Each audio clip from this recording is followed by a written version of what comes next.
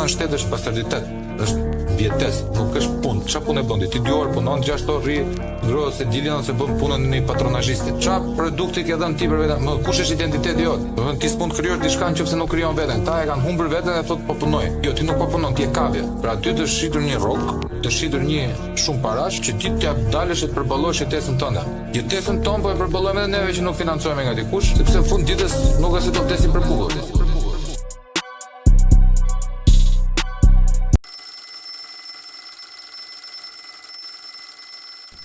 Përshëndetje, miq të Tru Podcastit. Ju falenderojmë që jeni përsëri në këtë episod me neve. Ju falenderojmë që vazhdoni dhe rrisni në mënyrë organike të përditshme faqen tonë, kanalin tonë të YouTube-it.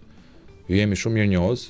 Ju jemi mirënjohës gjithashtu edhe për ndjekjen që na bëni në rrjetet tona sociale, në TikTok, në Instagram dhe në Facebook.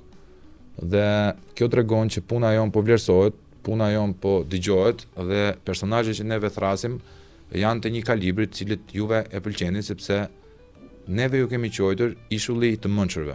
Ndryshe nga pacientët që janë për kanale televizive që ndjekin, shajnë, ofendojnë, mallkojnë njerëz, mua apo të ftuarit e mi, tek juve neve gjejmë dashurinë dhe respektin, të cilat i mungojnë shoqërisë tonë. Sot neve kemi ftuar një mikesh të Tru Podcastit, një zonjë shumë të nderuar, e cila jeta e ka sprovuar, por që është duke u përpjekur t'i thojë që është shumë e fortë, prandaj e ka këtë lloj sfidash. Është një zonjë e cila e ka ngritur zërin kur tjerët nuk e ngrinin, po me atë ngritjen e zërit edhe ka marrë balt, si të gjithë neve. E kanë quajtur të Sorosit, e kanë quajtur të blerë, të shitur, agjentet të KGB-s, të UDB-s, të Rusisë, të BIA-s, e gjitha me radhë. Ajo është Edlira Çepani. Edlira, të falenderoj. Përshëndetje, shumë faleminderit. Pëlqeu prezantim? Jemi mësuar në me gjithë epitetet, po kështu të gjitha bashkë si kisha marrë ndonjëherë. Paket. Shumë e bukur. Paket. Më thoj çka kam lënë pa thonë. Tamam, më ka plot sa duash. Si e? Mirë. Shumë faleminderit për ftesën. Më vjen mirë, kam pasur kënaqësi të veçantë që të kem. Kam ke gëzuar gjithmonë tek unë pa u njohur bashkë me njëri, një lloj respekti, një lloj finese, sepse je shumë zonjë charmante dhe shumë inteligjente. Më vjen mirë që ka zonja dhe gra si ti, po flasim me ti, jo me ju, dhe jam i bindur që do t'i bësh krenar fëmijët që ke. Edhe ata duhet të jenë shumë krenar për prindit që kanë pasur, po sidomos për mamin e tyre. Shumë faleminderit. Jam shumë nderuar realisht edhe kur ky vlerësim vjen nga ty. Dhe shumë urime dhe suksese për gjithë këtë nismë, se kemi nevojë realisht për nisma të cilat dalin përtej normales. Jemi mësuar me ca korniza, ku na jepet një lloj informacioni, marrim një lloj informacioni dhe jemi aty dhe kemi harruar të bisedojmë për idet, kemi harruar të flasim për gjërat që kanë realisht të rëndësi dhe flasim për atë aktualitetin e ditës, flasim për gjërat që na shqetësojnë aty menjëherë, po nuk flasim për ide dhe për mënyrat se si realisht mund të ndryshohen gjërat në mënyrë të qëndrueshme. Edhe unë prandaj e dëgjoj me shumë kënaqësi gjithmonë podcastin tënd. Të falenderoj shumë. Shikoj, fakti që kalibri i mentalitetit dhe inteligjencës juve zotronde e ndjek të lloj podcasti ka shumë shpresë për ardhmërinë e projektit tim, sepse unë nuk e kam hapur për klikime, edhe pse klikimet janë buka. Thonjza. Sepse ato klikime. Ditët e sotme po. Të japin para. Por unë dua atë që cilësova dhe në hyrje, ishullin e të mençurve. Ktu ke kardiolog që na ndjekin, janë ortoped, janë intelektual, ka diaspor pafund. Shpresoj që ky episod jo të rinovoj, po t'i përforcoj lidhjet e tua me diasporën, sepse juve jeni në shoqëri civile, ajo lloj shoqëria civile që e ka humbur komplet konceptin e qenurit shoqëri civile. Përgjithsisht. Dhe besoj se juve jeni një nga ato gladiatorët e fundit, Spartaket e fundit që po e mbani në këmbë edhe pse po hidhet balt pafund. Është vërtet. Dhe sfundmi juve jeni etiketuar dhe si e Sorosit. Është një pyetje shumë naive. Je apo nuk je e Sorosit? Është interesante. Faleminderit që ma bërë pyetjen, se zakonisht nuk ma bën asnjëri këtë pyetjen. Po ata që s'ta bëjnë e mendojnë. Beso. Jo, unë e them gjithmonë për çdo që më bën pyetjen që unë jam një nga njerëzit që jo vetëm nuk jam, po nuk do jenë asnjëherë dot të Sorosit, sepse nuk kam pasur asnjëherë një marrëdhënie me asnjë lloj gjëje që lidhet me të. Dhe me të dhe me të gjithë lobin apo rrjetin etj, po diskutonim pak më përpara që është një rrjet i cili ka njerëzit e vet, jo të gjithë njerëzit janë aty brenda. Po. Dhe i kam hedhur në fakt edhe një sfidë para disa vitesh, njërit prej njerëzve që ma thoshte gjatë gjithë kohës që është e Sorosit, i jota një sfidë dhe i thash nëse ti gjen një provë të vetme që unë jam e lidhur në një farë mënyrë me Sorosin, unë i thash të shtrëngoj dorën, të falenderoj edhe ti vazhdo dhe është të hiqem nga jeta publike. Të riqem jo nga jeta publike, po të riqem unë në qëndrimin tim që nuk jam. Edhe që pra se ditëm tha, okay, do të kthej përgjigje, tha ishte e martë, do të kthej përgjigje, tha ditën e njëjtë se jam i zënë. Nga ajo e njëjta kanë kaluar disa vite, nuk më ka kthyer ende përgjigje. Kështu që e rilancoj sfidën që nëse dikush ka ndonjë provë, se ndoshta di dhe unë mund të kemë një lidhje që nuk e di, kështu që e rilancoj sfidën që kushdo të ketë ndonjë provë të më thotë që ta di edhe unë. Por njeriu bën sa zgjedhje në jetë. Dhe zgjedhja ime ka qenë të mos jem në asnjë prej rrjeteve të cilat për antarët e vet në një farë mënyrë kanë qenë pozitive, se i promovojnë. Kam denjur gjithmonë pak si ai ujku i vetmuar në pjesën sepse lupo solitario. Lupo solitario. Sepse ka një problematik të madhe me ne njerëzit, unë e di që edhe ti je i tillë, me ne njerëzit që duam të jemi të lirë dhe 100% të lirë. Dhe liria ka shumë kosto. Me shumë kosto. Sidomos në kohët e sotme. Kështu që kostoja është pikërisht që ti të mos kesh mundësinë të jesh pjesë e rrjeteve që të promovojnë, që të mbështesin, dhe jo vetëm i njërit apo i tjetrit, po i rrjeteve të cilat nesër pas nesër mund të kenë mundësinë të kushtëzojnë, se patjetër që jemi pjesë e rrjeteve të ndryshme mes mish apo intelektualësh etj. Nuk është kjo ideja. Po i atyre llojeve të rrjeteve që nesër mund të kushtëzojnë për të bërë politika të caktuara apo për të mbajtur qëndrime të caktuara. Dhe unë e kam paguar shtrenjtë këtë çmim të lirisë, po jam shumë e lumtur që e kam paguar. Sa shtrenjtë? Shtrenjtë e kam paguar sepse jam njëkohësisht një nga njerëzit që sulmohen nga të gjitha krahët, se kur ti si je asnjërit sulmohesh nga të gjithë. E kam paguar shtrenjtë sepse është shumë e thjeshtë, sidomos në Shqipëri, të kesh një të ardhme edhe një rrugë shumë më të gjerë, aty ku shkojnë të gjithë edhe ku konformohen të gjithë, dhe antikonformistët e kanë rrugën shumë të ngushtë. Megjithatë, unë e them gjithmonë që shtegjet për ata që duan realisht të bëjnë ndryshimin në Shqipëri dhe që e kanë mundësinë për ta bërë ndryshimin, ngushtohen jashtëzakonisht shumë. Kur vjen puna për t'i patur ata pjesë qoftë vendimarrjes, qoftë politikës, qoftë mbështetjes etj. Por ajo që më ka mbajtur mua dhe ajo që besoj na mban të gjithë neve është ka një shteg drite. Ka gjithmonë një rrugë. Është rruga më e ngushtë, por është ajo pjesa që ti zgjedh. Dhe unë e kam zgjedhur së bashku me bashkëshortin tim. Në çdo ditë ne zgjidhnim që kjo të ishte rruga, dhe e dinim që ishte rruga më e vështirë, e dinim që ishte rruga me shumë jashtëzakonisht shumë pengesa të sulme, por kur e ke zgjedhje personale është ajo që bën. Edhe ka pasur një histori interesante që unë ja u tregoja të rinjve, sepse në punën që unë bëj me të rinjt, sidomos me të rinjt të cilëve ne mësojmë leadershipin me vlera, me integritet. Ora e parë na duhet për t'i motivuar që realisht leadershipi me vlera sot është akoma i vlefshëm. Se të gjithë janë nga të gjitha anët pompohet kjo pjesa që zgjidh rrugën e shkurtër, s'ka gjë vetë bëj një lek, po su konformove nuk bësh dot lider e gjithë gjërat e tjera. Dhe na kalonte shumë kohë vetëm duke i bindur një herë që ky leadershipi me vlera, me integritet e me gjithë gjërat e tjera vlen akoma dhe është ai që duhet. Dhe një histori që unë i tregoja gjithmonë ishte kjo historia e uqërve. Një ujk i bardhë dhe një ujk i zi, të cilin secili prej nesh e kemi brenda vetes. Kështu që këta janë gjithkohë në luftë, i thoshte djali gjyshit me njëri tjetrin. Kush e fiton luftën? Dhe përgjigjja e gjyshit ishte ai ujk të cilin ti e ushqen.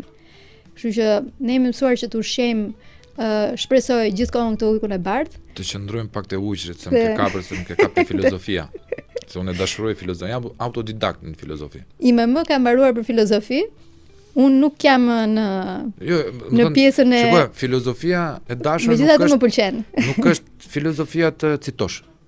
Filozofia është mendim. Edhe unë e di që ti ke thellësinë mendim.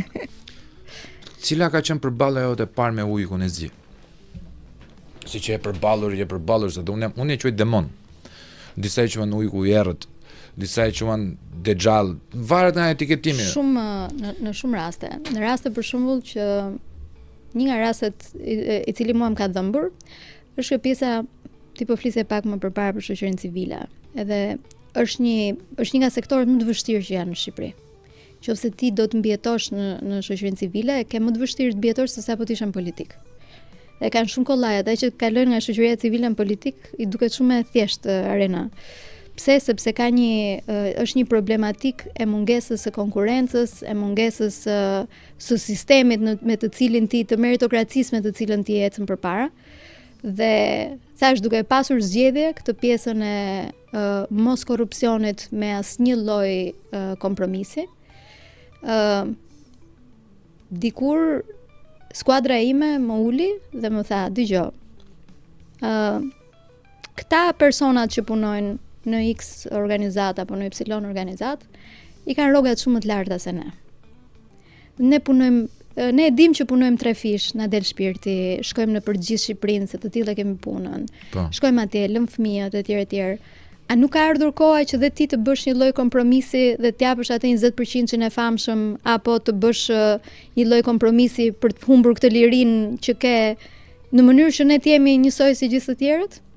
Dhe me thënë të drejtën aty unë ndjeva keq. Unë ndjeva keq sepse antivlera po të ofroj si vlerë. Antivlera në një farë mënyrë po më pengonte që të bëja punën ashtu siç duhet me vlera siç unë e kisha zgjedhur dhe e mirë kuptuar nga të gjitha anët se në fund të ditës të gjithë jemi njerëz dhe duam të jetojmë jetën me aq mundësi sa kemi. Dhe një pjesë prej tyre u larguan nga organizata sepse nuk arritën të merrnin atë që realisht meritonin.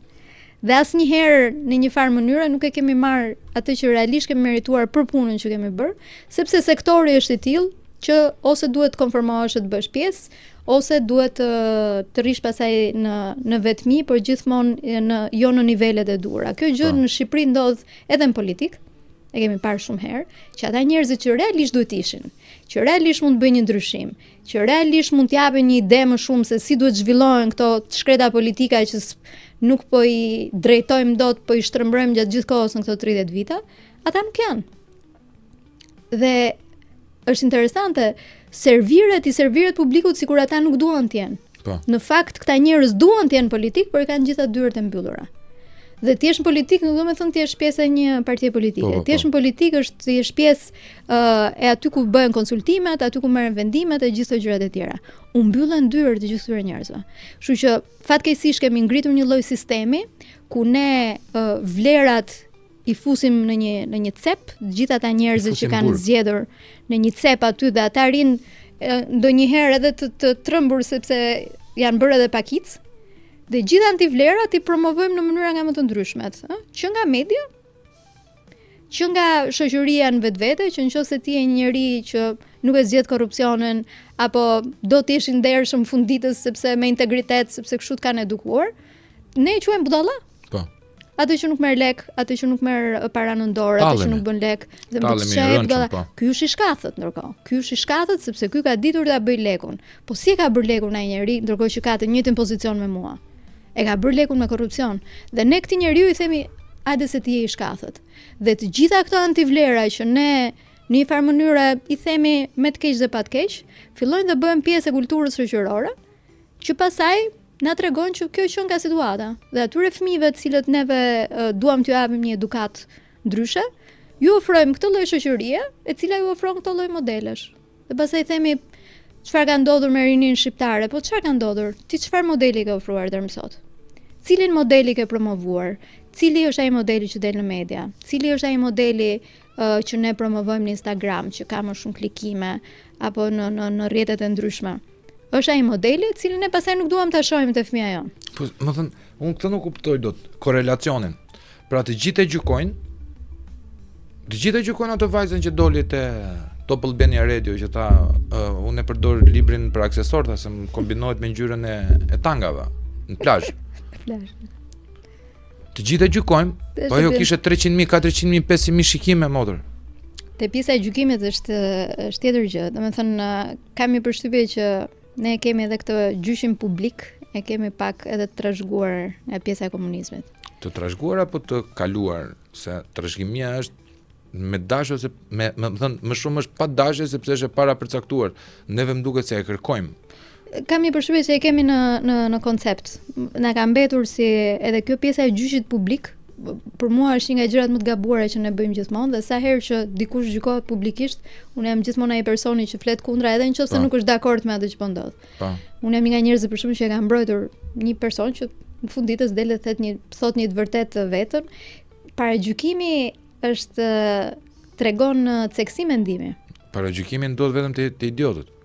Pra, nëse ti nuk arrin të futesh në situatën që ai person ka, në kputucët e atij tjetrit, siç e kemi në shprehjen e famshme amerikane, ti nuk arrin të kuptosh se çfarë realisht ai person ka bërë dhe çfarë realisht ti duhet të marrësh për të mirë dhe për të keqen në sjelljen e atij njeriu. Neve i paragjykojmë gjërat shablon. Pra i marrim njerëzit me korniza e themi ky është burr, duhet edhe në çështje gjinore për shembull, ky është burr, duhet sillet 1 2 3 4, po ose ndryshe s'është më burr. Ky është grua, duhet sillet 1 2 3 4, po që ndryshe kështu. Ky është i majt, duhet bëj këtë, ky është i djathtë, duhet bëj këtë. Dhe kemi krijuar ca korniza që në fund të ditës janë shumë të gabuara për sa i përket lirisë tonë për t'u sjell në një shoqëri të caktuar në mënyrën e dur dhe në atë mënyrë se si ka nevojë shoqëria në vetvete. Kështu që te pjesa e paragjykimit unë jam gjithmonë shumë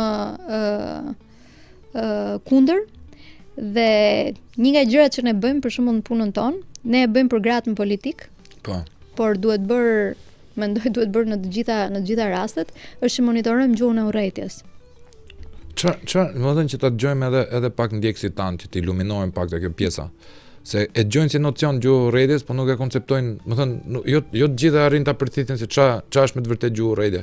Çfarë klasifikohet si gjuhë urrëtie? Gjuhë urrëtie janë gjitha këto komentet, sharjet, paragjykimet që ne marrim në të gjitha, sidomos në rrjetet sociale, duke qenë se ne tani me jetë atje e dyra. Kjo nuk është gjuhë urrëtie pastaj, kjo është shkërcënim, është vepër penale. Pra kalon po janë kështu anonimat, do të vrasim, do të bëjmë, do të heqim qafe, do të. Më ka ndodhur dhe mua në rastin e këtyre protestave që kanë qenë protesta pikante. Po. Në rastin unë isha një nga njerëzit që postova edhe fizikisht më shumë edhe protesta për shembull për vrasjen e Klodian Rashës. Ishte shumë e egër ajo protestë në atë kohë. Në protestat, po edhe që nga armët kimike. Unë kam qenë një nga 10 njerëzit që e nisën protestën e armëve kimike. Ne kemi qenë studentë atëherë, kemi ardhur gjithë fakultetet bashkë. Ishte shumë e bukur. Po, ajo ka qenë e vetmja protestë vërtet që ulën të gjithë, madje ka qenë një moment kur doli Rama, që mbajti fjalimin. Ne kemi qenë gjithë ulur, të gjithë ulur para kryeministrisë. Po, e mbaj mend. Të ulur në tokë. Është interesante se si nisi, se ajo është një shembull shumë i bukur se si duhet nisin gjërat. Ditën e parë ne ishim vetëm 10 veta. Kemi qenë 10 veta aty te cepi i piramidës që lidh piramidën me kryeministrinë.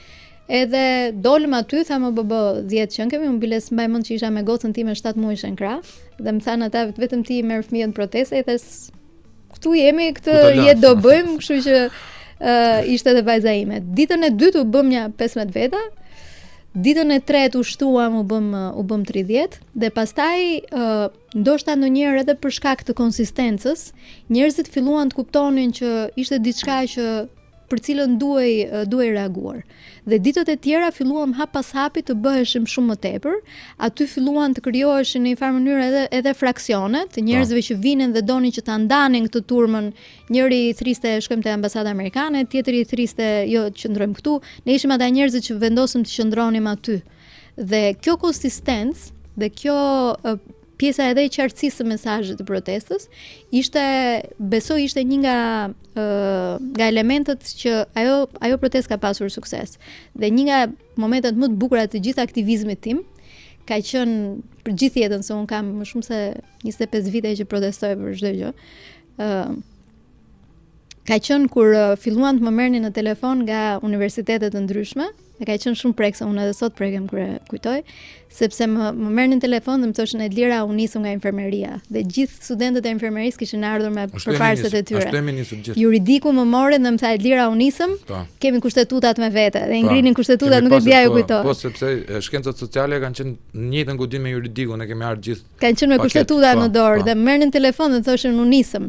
Dhe kur i shifja që vinin grupime në bulevard, ajo ishte sot edhe prapë më ngjethet mishi. Pse? Sepse aty u tregua se sa bukur është kur mund të bëhemi bashk. Erdhën, nuk e din që se të kujtohet, erdhën edhe komunitetet fetare.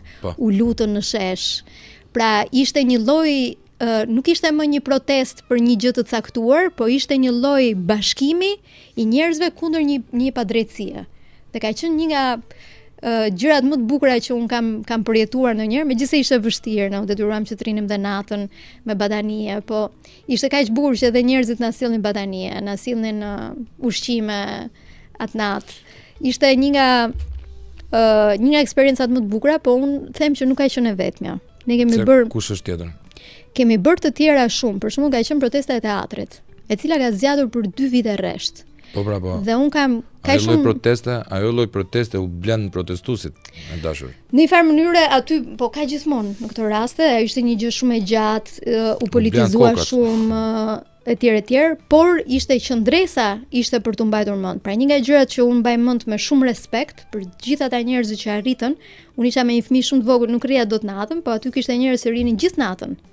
Nuk u është lënë asnjëherë vetëm për 2 vite rresht.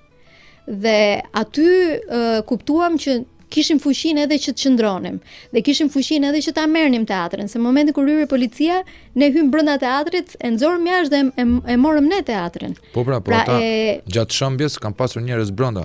Gjatë shëmbjes po, atë natën e shëmbjes unë kam qenë aty. Çfarë maligniteti ishte një. Edhe çfarë sadizmi është të kesh jetë njerëzish. Ajo ishte pastaj, domethënë ishte një krim i gjithanshëm, nuk ishte vetëm një krim kulturor siç mundua, ishte një krim i gjithanshëm, domethënë edhe i shkeljes së drejtave të njeriut, edhe të mënyrës se si na trajtuan, jo vetëm atë natë, po edhe në herët e tjera, edhe mënyrës se si na trajtuan edhe një ditë mbrapa se ne ishim aty që po protestonim, kështu që ka pasur shumë problematika të tilla.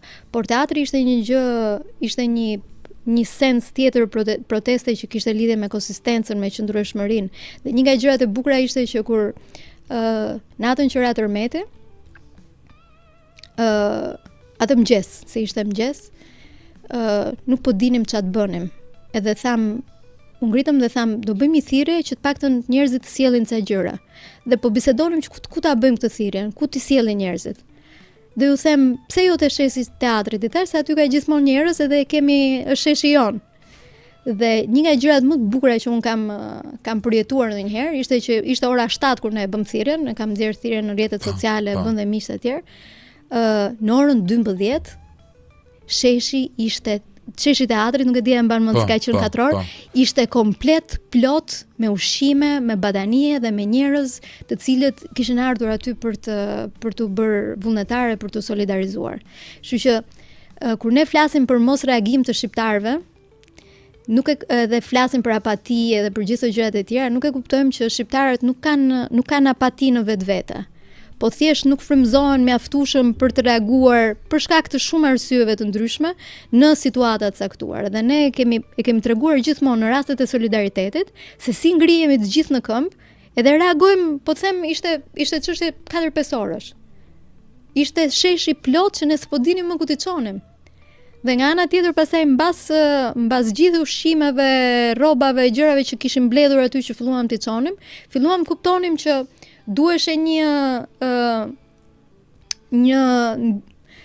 investim, le të themi, pak më i madh për ata njerëzit aty. Filluam bënim kontenjerët, njerëzit prap filluan të dhuronin edhe të ishin aty.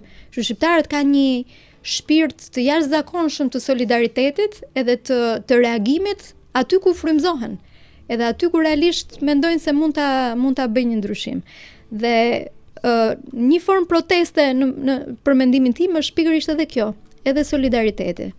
Sepse ne kemi shumë raste që dalin media fëmia ka një sëmundje të pashërueshme, na duhen kaq lek. Nuk ndodh në përfundet e tjera kaq shpejt sa ndodh në Shqipëri solidarizimi me gjithë këta njerëz. Dhe kjo është një farë proteste edhe për atë sistem, në këtë rast sistemin shëndetësor, i cili nuk arrin të mbulojë nevojat bazike të popullit vet dhe shkon shpenzon për tendera dhe për çuditëra. Ty ka rënë rasti të shkosh në spital apo? Absolutisht po. Edhe mua. Kujt nuk i bie rasti? Se mendojmë këtë pjesën që hëse mua s'do ndodhi. Absolutisht po. Asnjëri prej ne nuk shpëton. Faleminderit Zotit që kemi 3-4 kontakte familjar miq. Faleminderit Zotit që jemi mediatik. Që pritemi mirë. Ore varet edhe ku qëllon se. Po pritemi mirë se dalim nga mediatik, pastaj dalim dhe në personal, Edlira, se kur në spital ti nuk vete për të bërë propagandë. Në spital ti vete vetëm për shëndetin e një të afërmi ose shëndetin tënd. Edhe aty nuk ka më jo po jam këtu se punoj këtu se jam ky se jam atje. Aty fillon i bën realisht llogarit me jetën. I bën llogarit me jetën.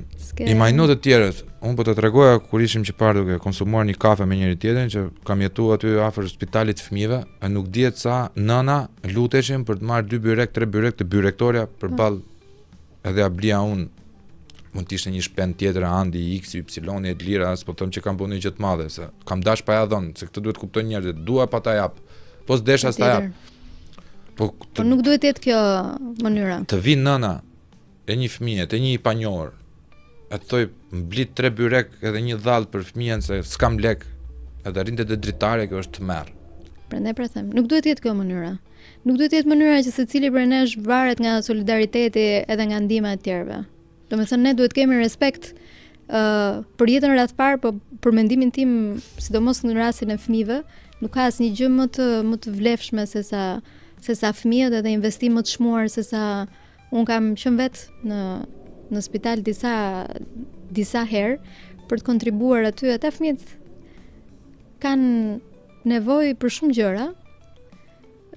Neve zgjodhëm disa herë të çonim edhe gjëra për cilat ata të kënaqen, se funditës janë fëmijë, u bëm një kënd të vogël lojrash aty brenda pavionit, u çuam ca dhurata, sepse ndonjëherë ne i konceptojmë nevojat, sidomos nevojat e qytetarëve në përgjithësi apo të njerëzve si nevoja që lidhen direkt me financat. Po. Ndonjëherë s'është edhe financa, kanë nevojë për njerëzillëk. Po kanë nevojë për dashuri, mëse njerëzit e konceptojnë atë dashurinë si koncept vetëm romantik. Po ka dashuri për shokun, ka dashuri për shoqen, ka dashuri për nënën, është humanizmi. Po. I vetmi izëm që duhet të ekzistojë për mua është humanizmi. Nëse ne e kemi atë, nuk ka se ti nuk mund t'ia vjedhësh ilaçet e kemios një pacienti, nëse je një njeri human. Nuk është e pa imagjinueshme. Kam dëgjuar rast konkret në një spital privat, po ta them emrin që s'du më i bëj anti-reklam, se nuk e ka fajin spitali se është një mjek bastard, a kupton? Meritojnë. Po ta them ty se nesër pas nesër na hapin edhe luftë, edhe nuk, do të thënë lufta ka nevojë për ekonomi dhe për armë, nuk mund të luftojmë dot si mujo Ulçinaku me luk çajit, marr të lulet e them jam Mandela. Por di që një mjek Mandela bëri punën e vet. Po inshallah na fut në burg. O mret, lutem fut në burg që të krijosh Mandelën shqiptar. Me kodin e ri penal mos kimë raks. Po direkt. Po unë jam nga të parët. Po. Ka ardhur djali i aksidentuar, kishte ndruar jetë, është futur vetëm 5 minuta. Sa për do marrë 5.000 euro, dhe i ka thënë babait vet na vdiq. Rast konkret, djalë nga Kosova. Ka disa raste të tilla fatkeqësisht. Rastet njerëzve që janë mbajtur. Kemi parë te onkologjiku, doli zonja e çnderuar në një nga televizionet më kombëtare që kemi neve, se televizionet tona vdesin çik për këto klikime të loti bukur. Dhe tha, çfarë ka mundta, se ai 40 ditë jetë ka. Në për mesazhe ishin, ta çojmë në fier këtë se i ka varrezat afër. E kupton çfarë bisede është kjo? Ai gashi trajtohej sigurisht që mua vjen turp që ka mbi emrin tim njën, po duhet gash tjetër nga ndryshon mbi emrin, po është tjetër ai, se s'ka shanse të jetë joni. Dilte e mbronte policia sepse ky kishte shumë presion publik. E trajtonin si Kim Kardashian, si celebrity, dil nga jashtë, dil nga pas, dil nga gjitha. Ata nuk dihet sa lek kanë vjedhur. Nuk dihet mos sa lek kanë vjedhur. Është të mëshme, po se nuk është puna, ne themi gjithmonë që vjedhja, korrupsioni, mëkati është i njëjtë gjithandej. Po ka edhe një diferencë, se nuk vjedh te ç'të të them unë tek betoni që i vendos rrugës. Ti vjedh te jeta e njeriut. Pra ti, ai person, në qoftë se nuk e merr ilaçin në kohën e dur dhe në mënyrën e dur, ti po e vret. Pra ti je një vrasës me paramendim dhe kjo është gjëja më e tmerrshme që ti mund të perceptosh, sidomos në sistemin shëndetësor. Dhe për mendimin tim, nuk ka pasur mjaftueshëm reagim, pra ne thirrëm disa protesta edhe në atë kohë do thrasim të tjera. Nuk ka mjaftueshëm reagim për të kuptuar që dëgjoj, kjo nuk është një çështje e thjesht korrupsioni, është mungesë humanizmi, pra ka marrë fund njeriu në këtë pjesë. Dashur, kam një pyetje se unë ja kam lançuar gjithë kandidatëve politikë që vinë këtu. Mos ka ardhur koha që neve të lëm protestat dhe të futemi në grev, të kalojmë një grad tjetër. Ne kemi bërë dhe këtë lloj gjëre. Domethënë ne e kemi eskaluar shumë shpesh protestat. Mbaj mend për shembull me banorët e Zharzës, ata u futën në grev, po duke qenë se ishin atje të marginalizuar në një zonë që shkonte as media, shkoi media 2 herë, po nuk ishin në grevurie. Dhe një nga mënyrat që u zgjodhën atë kohë ishte që ata ta merrnin, nuk e di nëse të kujtohet, ta merrnin në këmbë nga Zharza në Tiranë, e bën në këmbë pikërisht sepse patën nevojën për një eskalim të protestës e të mesazhit në mënyrë si e bën mesazhin. Neve figurat publike kemi një impakt tjetër në shoqëri, fatkeqësisht ose fatmirësisht, nuk di ta ndaj kët. Një banor i Zharzës, sa do i mirë tjetë, sa do djali mirë tjetë, do bëhem 5 veta, 6 veta, ke kablograme të pashiqit. Blien lirë, mos i vrisni juve, po paguni shqiptarë që të vrasin shqiptarët, dhe pastaj pasi të vrasi shqiptari shqiptarin, do paguajmë po prap lirë që t'i vrasim ata që kanë vrarë dhe të fshejmë gjurmët. Dhe kjo është një lloj filozofie çubriloviçane e pashiqit, e gjitha me radhë, është sadiste, është kriminale, por është eficiente. Pse është eficiente? Sepse ka treguar një vlerë të popullit ton, il popolo albanistanese, që ne veshitemi shumë lirë. Dhe në një farë pikë jam dakord me këtë, po vazhdo. Po jemi se, shikoj, mua po më jep të drejtë historia. Fakti që neve kemi këtë lloj kaste politike për 34 vjetësh, majtas dhe djathtas, quhet si duhesh ti, sepse juve jeni apolitike dhe me drejtë. Neve mund të arrijmë ta shikojmë që ka një lloj apatie, ka një lloj defunksionaliteti i shtetit shqiptar, edhe është përgjegjësia e gjithë tyre që kanë pasur dorën te tepsia, kupton? Po nuk është faji e njerëzve. Po faji, shikoj. Nuk është faji atyre që shiten. Unë besoj fort që njerëzit arrin të shiten aty kur i mungon shpresa.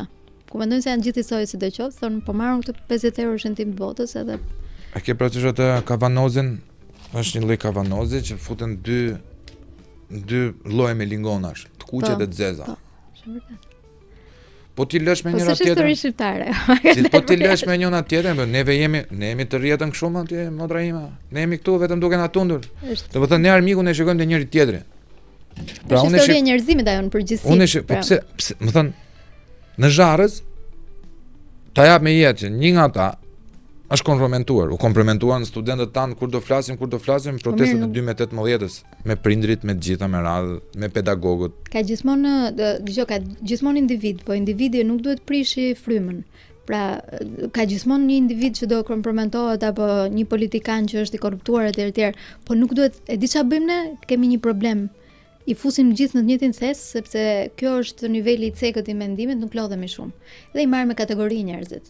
Pra votusit, qa janë votusit? Ata që shesin votën. Pa. Politikanët, qa janë politikanët? Ata që blejnë votën. Ata që blejnë votën, ata të gjithë të korruptuarit. Shoqëria civile që janë të gjithë hajdutët e fondeve, dhe qa është shoqëria civile që ne s'janë vetëm shoqatat, shoqëria civile është një koncept shumë i gjerë.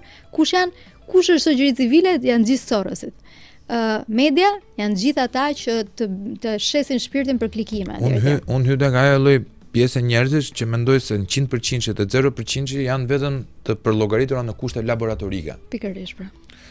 Nuk mund t'i kesh dot kurrë dy ekstremet. Pikërisht. Unë jam te raporti i artë hynor 70-30. Në rastin më të keq, neve këtu jemi 70% krimbur, 30% të shëndetshëm. Do thuash ti me drejtë që jemi edhe ne, po jemi ekzistues, po këta ne jemi në hije. Patjetër, shumica shumë shpesh. Kur them grevurie është shpendje, që e ka dhënë ca prova që nuk është shitur as është bler, se i kam refuzuar ca oferta nga partitë politike, nuk është se unë jam duke lut bllofin. Ti që me të hap portofolin mua dhe ty del merri manga dhe të ofendon mbyll dritën. Më kupton? Nuk është se ti ke shtëpi në Rolling Hills, vila në Qerret, ke një shtëpi si një deputete e parlamentit sot, shoqëri civile e tërkohës. Ajo ka folur për gjitha, ka thënë dhe një shprehje shumë të bukur. Neve tha nuk i prishëm gjithë ndërtesën ta, ne i prishëm vetëm katin e parë. Se ku qëndronin 3 katet e tjera, deri në këtë lloj niveli shkojmë. A kupton shpendin? Me u bë unë, ti, Arbri, një tjetër që është i pakomprometuar, 4 veta më duhen për grev.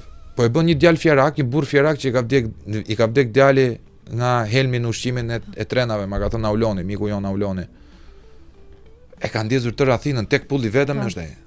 E kam ndjekur dhe bravo i qoftë. Atë po them unë nuk po them që të vemi të bëjmë shoqëria civile, jo më jo qytetari. Unë jam qytetari, a jemi rezident Tiranëve, a jemi taksapagues. Sa herë kemi bër, unë të them një gjë nga eksperjenca ime. Sa herë kemi bër, ne kemi arritur rezultate, sepse çka ka ndodhur në Shqipëri? Në Shqipëri ka ndodhur që te kjo pjesa e propagandës, që çdo lloj gjëje që ju të bëni, nuk do arrini asnjë rezultat. Okej? Është shumë e keqe kjo propaganda që është bërë sidomos për pjesën e aktivizmit. Që më proteston atje s'ka ndodhur asnjë gjë. Unë ta them të kundërtën nga eksperjenca, se thash në thuajse të gjitha protestat e mirëfillta që kanë ndodhur, jo vetëm protesta, për aktivizmi, se protesta është fundi i aktivizmit. Gjitha këto nisma që kanë ndodhur në Shqipëri, unë kam qenë pjesë, dhe në të gjitha këto ne kemi dal të marrim diçka. Pra asnjëra nuk ka qenë dështim në vetvete në konceptin e plot të fjalës. Dhe kjo gjë nuk është promovuar. Është promovuar gjithmonë sikur kanë qenë dështim. Marrim për shembull protestën e çmimeve. Po. U rrit çmimi i karburantit, neve dolëm në rrugë. Mban ato vox popet. Se këti lloj pacienti, këti lloj neandertali politik i referohem unë kur se janë shumë. Janë, po ata kanë nevojë që të ndriçohen, po janë shumë tash. Po si ta ti nuk mund të presësh që të vetë edukohet një popull i tërë i cili është mohuar edukimin politik. Do jesh më parë grua, do jesh më parë nën, do jesh më parë bi, do jesh më parë motër, apo do shkrihesh si kandil për një njerëz që refuzon dritën. S'mund ta bëjmë dot vetëm këtë. Edhe Hipokrati thot vlla, unë të vi, të ndihmoj, po pos deshe ti çrohesh, kam tezën time. Ky është një problem. Po flisnim, ka kaluar smundje. Mjeku më i mirë i San Franciscos për kimio onkolog i ka thënë do të vdesësh 2 javë mbyllet thuaj çam gjeti mua. Më ndihmo të ndihmoj. Ti vazhdoje jetën sikur s'ke asnjë lloj gjëje se unë do merrem me dhe sot tezja faleminderit Zotit ka shëndet plot. Është e mrekullueshme dhe e përshëndesim. Më kupton shpendin, pra është e gjitha te psikologjia. Unë kur vite ty them hajde ta bëjmë një protestë ose hajde ta bëjmë një grev. Nuk duan sens protagonizmi, unë ja kam kapur sensin tim protagonizmi. 23 vjeç pedagog. E kape titullin që ti do qesh profesor të rjetën. Në media me pranin tim. Kryesor ama, sa herë nxjerr një protest, ja, dolën se duan të dalin në televizor. Dolën se i ka shtyr Soros. Po ti e ke. Dolën se i ka shtyr në rastin e çmimeve ishte Putini që na shtynte. Ti nuk ke nevojë për dalje, po unë po ja siguroj njerëzve që ti po dush të janë shtuar edhe 2 tjera. Oponenca dhe tru podcasti për tu hapur dyert, a kupton, për të folur çfarë dush ti. Unë se kam padur fatmirësisht. Nuk kam nevojë fare, unë refuzoj media, sepse edhe News 24-ën që e kam pranuar si ofertë, është sepse tani është antisistem. Edhe sot ka nevojë për mua. Media shqiptare në përgjithësi ka nevojë dhe unë të përgëzoj për këtë gjë. Por nuk e kam shkputur ishullin tim. Po krijoj një media të vogël për veta. Pra, unë e kam mundësi për me dal, do dalon tani në protestë për marrë rol protagonizmi. Po është idiocita mendosh. Po kjo është një nga akuzat kryesore se unë se njerëzit nuk e kuptojnë, po prandaj do ta flasim, po njerëzit nuk e kuptojnë që është kosto. Është kosto, nuk domethënë është kosto në kohë të prishet tërë dita, në fund ditës, s'bën asnjë lloj pune. Jo vetëm aq, domethënë është kosto për punën që ti bën, se pastaj ty të fillojnë edhe të radaret e partisë punës që ty të fillojnë të gjitha partive, se varet se kujt ti kundër kujt je. M'fal, këto janë të gjitha partitë këtu janë varet se kujt i del kundër. Nga mitra e një partie mëm. Kështu që më kupton ka një Jemi në rregull bashkë te kjo pjesa? Ka një problematik politika shqiptare ka dhe një problematik tjetër, cilën unë punoj edhe brenda dhe jashtë politikës kam një pozicion shumë çuditshëm le të themi. Se punoj brenda e mbështes politikën, i mbështes kandidatët, mbështes partitë politike që të funksionojnë më mirë. Dhe kam një pozicion tjetër të aktivistit ku unë i dal kundra gjatë gjithë kohës kur janë brenda derës, po jam dhe jashtë derës aty kur duhet jam. Dhe duke i njohur dhe nga brenda, duke i njohur dhe nga jashtë, një nga problematikat kryesore është që nuk e kanë kuptuar asnjëherë që kur ti proteston për diçka apo kur ngre zërin për diçka që shkon, nuk e ke personalisht me individin apo me partinë apo me grupimin që është aty. E ke sepse ti jeton në këtë vend dhe nuk mund të heshtësh për një gjë që prek fëmijët e tu. Si mund të heshtim neve për gjitha ushqimet e skaduara që na kalojnë para dhe mbrapa syve dhe që ja u japim fëmijëve këtë gjë? Edhe në qoftë se jemi të një partie caktuar që është në pushtet, edhe në qoftë se nuk jemi. Kjo s'ka lidhje me politikën. Kjo ka lidhje me jetën. Pra ne nuk mund të heshtim për jetën tonë dhe të vdesim të lumtur, thjesht që të mos shajm politikat e gabuara të një grupimi të caktuar. Sepse varet nga rekrutimi që është në politikë. Pra rekrutimi në politikën shqiptare pa pikë ngjyre është problematik më vete. Servilosja. Pra nuk janë njerëzit në një pjesë janë. Më ndodh këtu që vinë takoj njerëz deputet, ministra, gjitha, që në raporte ndërpersonale janë shumë miq të mirë, se tash po patjetër se unë ndaj mikun nga politikani. Shqipëria është shumë vend i vogël. Por o gash ti të drejt ke vlla, po neve nuk themi dot të vlla që e ka fajin populli, se ne dim që e ka fajin populli, po nesër pastaj se si ti dalën. Se ka fajin populli. Po ti mendon se ai populli nuk e kupton që ti poshtiresh atë mama. Ose ti po e kamuflon gjën. Edhe se ka fajin popullin. Populli është një grupim, është një koncept shumë i gjerë. Është një grupim njerëzish të cilët i japin besimin dikujt, sikur shkojmë në avion. Po se nuk janë prindrit. I japin besimin pilotit pa e njohur fare. Po nuk janë prindrit për shembull e marrë të mira që thon ik merre këto lekët dhe rregulloj notat. Prindrit e mi s'kan bërë asgjë. Tash mua mamaja më ka dënuar se zy shalma e klasës 2 harroj flamurin menje. Flamurin test edhe harroj të ma bënden në menje. Ata të pit është interesante, nuk kanë qenë kështu fare. Biles ishin po mirë pse vret mendjen tjetër po more, se kur merrnim ne nënt bësh namin familjen, do ishte një merrja nënt. Domethënë e bënim ne fëmijët, namin që bobo si mu shëmb mbi kokë se me këto koncepte. Ndërkohë prindrit ishin e kundërta dhe ishin po punë madhe. Nënta është pjesë e notave, çfarë problemi ke ti? Dhe ne që i thoshim jo, është e pafundër ende këtej. Dhe kanë pasur një marrëdhënie shumë interesante me neve, që ishin gjithmonë inkurajonin aty ku duhej dhe dekurajonin aty ku duhej. Te gjithë kjo pjesa e fiksimeve tona për të qenë gjithmonë me A, me 100, me 10, se ne kemi bërë dhe shkollën në 100 lloje sistemesh, ishin që skepse ti është e rëndësishme ajo çka mësoni, ajo çka të vlerëson dikush tjetër. Dhe ky ka qenë një mësim shumë i rëndësishëm që un kam pasur për veten edhe më vonë, se ne jemi mësuar që të na vlerësojnë të tjerët.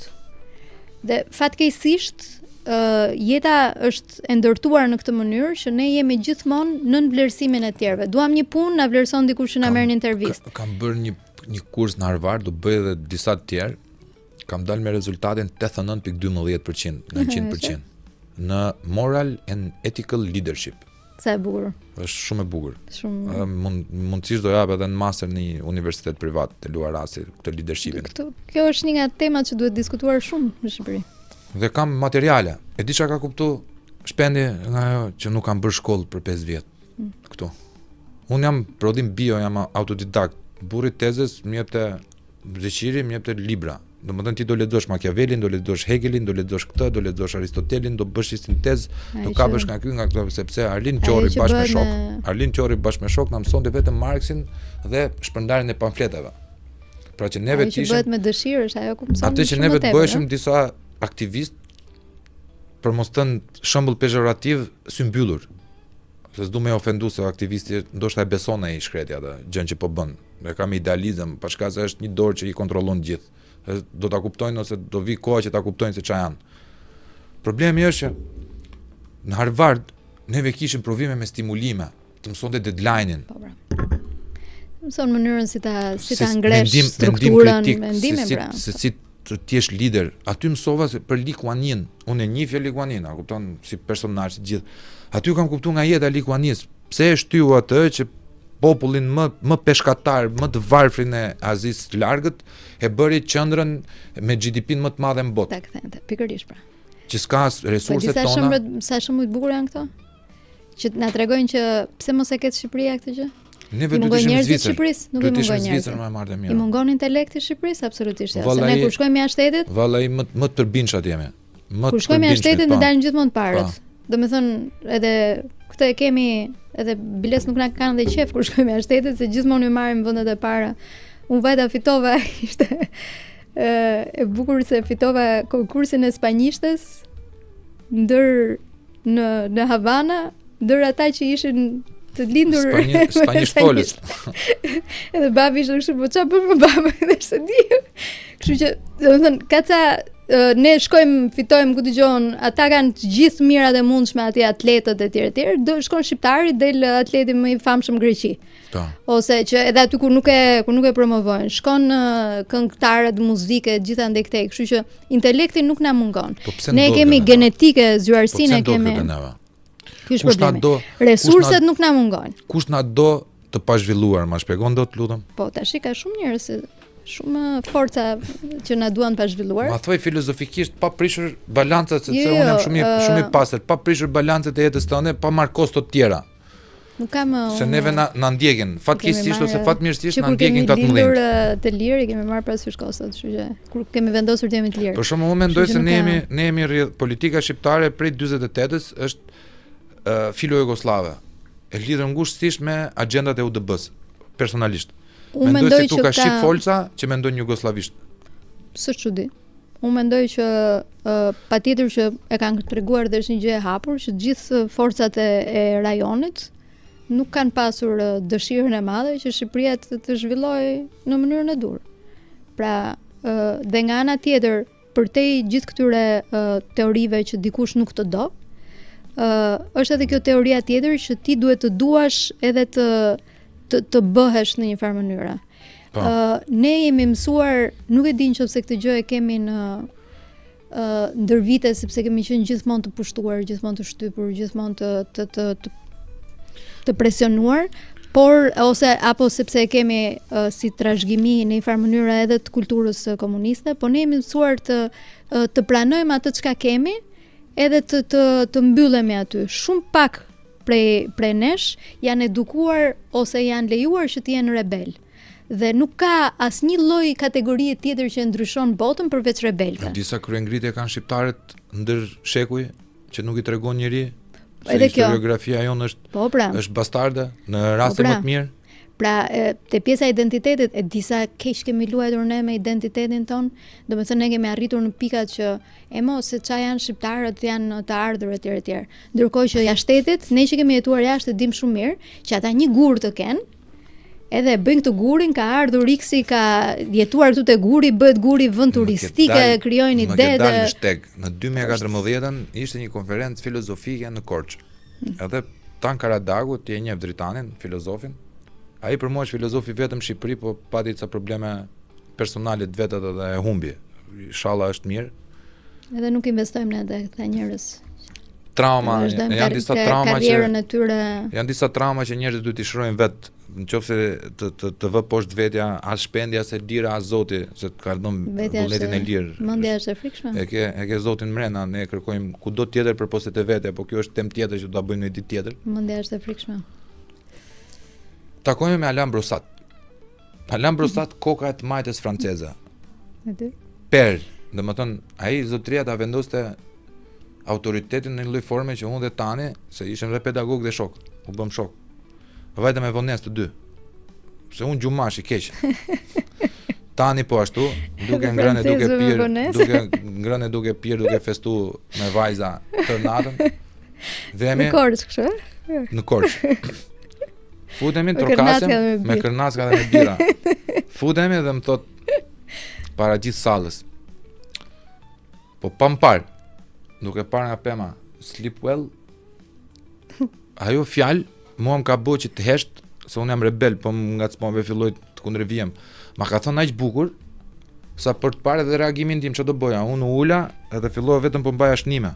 Pastaj dalim, ne i them do vemi të shoqëroj unë tek Kërnacka, tek këto gjona, se donin një ushqim tradicional. Po shikonte makinat. Po flasim për Korçën e 2014, se nuk është se është si Fieri që ka makina të shtrenjta ose Tirana që ka akoma më të shtrenjta. S'është mbajtur në herë.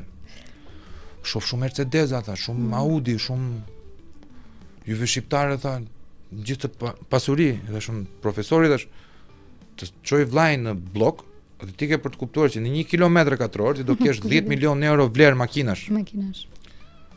Me këtë nën tokë tha që keni juve tha, si ka mundësi, se po i tregoja për Apollonin, për Durrësin, Butrintin. Se unë e kam dashuri edhe Apollonin nga që jam rritur në Fier, edhe mendoj që po mos të kishte lop grek që financo për mos të hapur Apollonia, Apollonia do ishte atraksioni turistik më i madh në Europë. Shije zakonshëm, s'ka. Më i madh se sa Pompei i Napolit, që unë po mbaroj të ikë, do pres biletën, do ikim Pompei ta vizitoj. Unë kam qenë.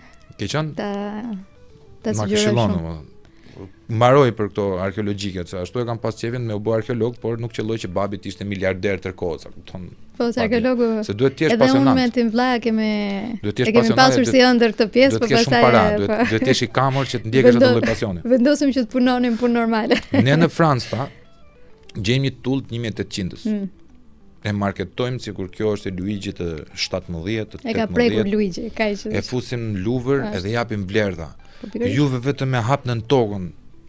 Ç'a ndodh?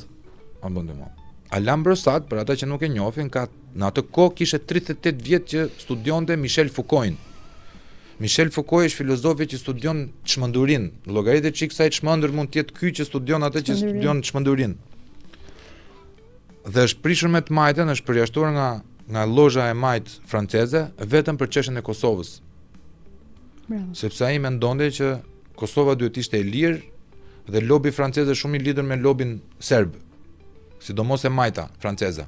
Haptazi, nuk e kam shohur. Dhe e ka dal hapur fare që është pro bombardimit të Beogradit nga NATO, dhe këtë ja kanë përjashtuar. Shqyr që i kemi ca njerëz të tillë. Po pra, po e ka bërë luftën Alain Brosati dhe kërkonte llogari për shtetin shqiptar. Alain Brosat, që në fund ditës është një filozof francez. Po pse kush i ka shkruar veprat më të rëndësishme për Skënderbeun për shkak? Shkojmë neve dhe i shohim në Itali. Ja ku e ke këtu. Shkojmë ne dhe i shohim në ta japësh se ti je fushës. Edhe studimet më të rëndësishme që ne kemi i kanë për të huajt. Pse? Sepse ne s'kemi investuar. Ne nuk duam të investojmë te kjo pjesë. Ja. Nga arkivat e Vatikanit. Pikërisht. Sekrete.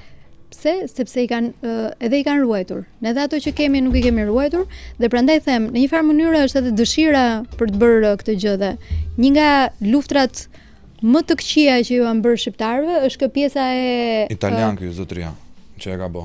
Ashtu. Un kam zbuluar ajo di, po ne vajtëm e pam në Italinë e Jugut, në një nga këto pajzinit të Italisë së Jugut. Kishim këtë pjesën e shkonim atje, eksploronim me të gjitha dhe ishte një nga vari i njërës prej princeshave shqiptare në kohën e Skënderbeut. Kjo më ka ardhur dhurat Mbretëria Shqiptare 25-28, Akademia Shkencave, zonja tani profesor e nderuar jeton në Angli. Ka ikur të fëmijët. Po i mbyllëm akademitë. I mbyllëm gjitha këto institutet që kishim. Në akademi që ndrojnë vetëm disa mashtruesa. Po edhe këto institutet që kishim, gjitha këto që studionin me shkencë bërthamore, me fizika dhe matematika. Fizika të gjitha. E di ti kush do të japi matematikën dhe fizikën fëmijëve tu se ti ke të vegjël? Ata që dalin me notat më të ulta në ata që gëzojnë që ul mesatarja për mësues mund të jemi 5.5 mund të futemi. Kështu që edhe nuk e di si informacion, po kam përshtypje këtë vit ishte fizika kishte vetëm 2 studentë. Fakulteti i Shkencave Sociale 35 veta. Kështu që vitin e ri.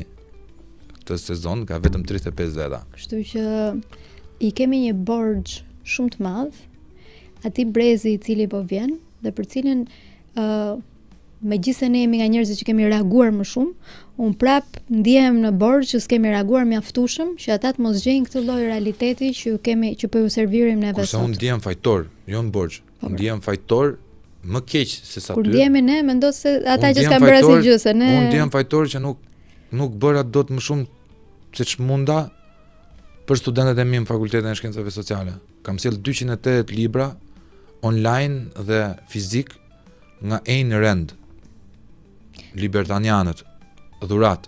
Mendo u bën një status. Po mos e përmend Gashin, se Gashi është rebeli, është qimederri i shkollës, nuk duhet të ketë fare promo gjitha me radhë. Gjithmonë. Se nuk e bën që fakulteti i solli këto, që ta dinë studentët. Është tash, neve kemi këtë problematikën që nuk e promovojmë akoma të mirë në vetvete, po dhe kontributin me një dëshirë për ta minimizuar, po ne fillojmë jo ne, po shoqëria, sistemi që kemi krijuar për ta minimizuar që nga pjesa e identitetit. Prandaj kthehemi gjithmonë te identiteti. Se mënyra se si na kanë rritur ne, megjithëse një pjesë kohës kemi kaluar shumë jashtë Shqipërisë, mënyra si na kanë rritur ne është që ti je 100% shqiptare, ti ke gjëja më e rëndësishme që ke është flamuri dhe gjuha jote shqipe. Dhe historia që ti mbart si trashëgimi, jo vetëm me gjyshërve të tu të cilët kanë kontribuar në XY gjëra, po e të gjithë atij populli i cili ka trashëguar ndër qindra mijëra vite, të cilat janë trashëgimi që ti duhet ta mbash. Tani ne e heqim nga shkollat, nuk e studiojmë. Studiojmë fare ne. Biles edhe ca studius tanë janë shumë për çfarë janë pellazgët, po ku e dim ne çfarë janë tash. Ai tjetri e ka, ne i kemi provat. Edhe mos ti kesh provat, ne prapë i kemi. Pastaj i lirët, po dhe Aleksandri i Madh. Po kush sa që ishte i lirë.